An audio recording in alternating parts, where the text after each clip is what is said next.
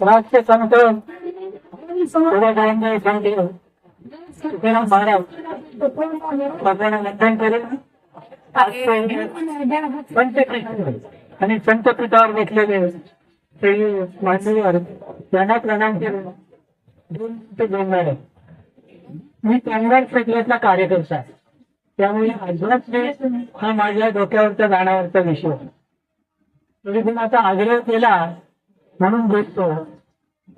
मला सगळ्यांना विचारायचं आहे, सगळ्या समाजाला विचारायचं आहे, तुकाराम महाराज हे कोणा एकाचे होते का? तर तुकाराम महाराज मधुसूदन महाराजांचे काही नातेवाईक कोणी पाहुणे होते का? तुकाराम महाराजांच्या नावावर फेर भरणारे 10 लाख वारकरी पंढरपूरला जातात.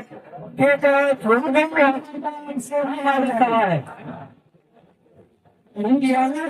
याच्यासाठी करतोय तुमच्या माध्यमातून. जर तुम्ही भाग घेणार नसाल तर आम्ही तुमचं तीर्थ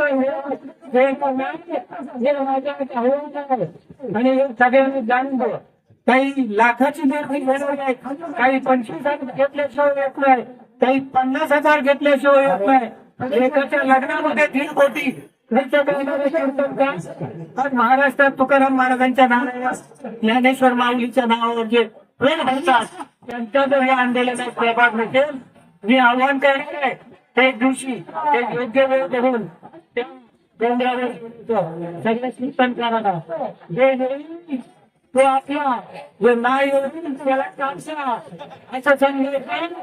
आपलं आंदोलन चालू ठेवायचं जास्त होणार नाही. लगोरीला कार्य करतात. मी पहिल्या पायाला हात लावीन, मान देईन, पण पायाने जर मला उडवलं तर मानेवर तलवार ठेवीन. काय बोलले अनंत पैशाची रावे, पण जे होईल ते उघड्या डोळ्याने पाहणे असं नाही. त्याचा सामना करण्याची आपल्या ताकद आहे. आणि आता काही दत्तक देणार आहेत त्यांना मी विनंती केली की ते म्हणाले अगोदर नाही काही सांगायचं, पण आम्हाला काहीच नव्हतं. एक दिवस अगोदर पण महाराजांना भेटा, थोडं आंदोलन तुला आपलं राहिलेलं हे जन आंदोलन करण्यासाठी आपण सगळ्यांनी प्रयत्न करू. अखिल भारतीय मराठा महासंघ आपल्या सदस्य आहे, सोबत नाही, किंबहुना ते आमचं आंदोलन आहे. कारण हे आमचेच होते.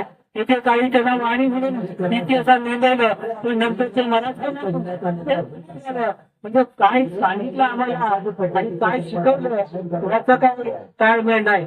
आज निमित्ताने इतिहास बाहेर होतोय, त्याच्यात नवीन नवीन संदर्भ येत आहेत. आज बहुजन समाजातले इतिहासकार लंडन डायरी जाऊन पाहतायत, ऑस्ट्रेलिया डायरी पाहतायत आणि खरा इतिहास बाहेर म्हणतात. आणि आमचा इतिहास मिटवायचा. पहिलं काय म्हणायचं, औरंगजेबाचा मिटवा, अफजलखानाचा मिटवा, म्हणजे ते मिटले की आम्ही पण चंद्र सूर्य आहे तो पर्यावरण, आमची संस्कृती, आमचा इतिहास, आमचं संतवाणी ही मिटवली जाणार नाही. तो पैदा होणार आहे पृथ्वीवर त्यांनीच घेणार नाही. कारण साधू संतांची करणी करायची आपल्या भारतापेक्षा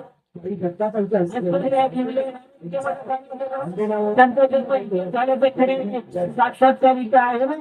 म्हणून आम्ही थंड आहोत, ते तरी थंड आहोत, कारण लोकशाहीला मानणारे आहोत. डॉक्टर बाबासाहेब आंबेडकरांच्या घटनेचा आदर करणारे आहोत. शाहू फुले आंबेडकरांचा महाराष्ट्र तो कसा शांत राहायला पाहिजे, विचार राहायला पाहिजे, सगळ्या समाजाला बरोबर घेऊन जाण्याची जी भूमिका आहे ती भागवून आम्ही निभवण्याचं आम्ही काम करतोय.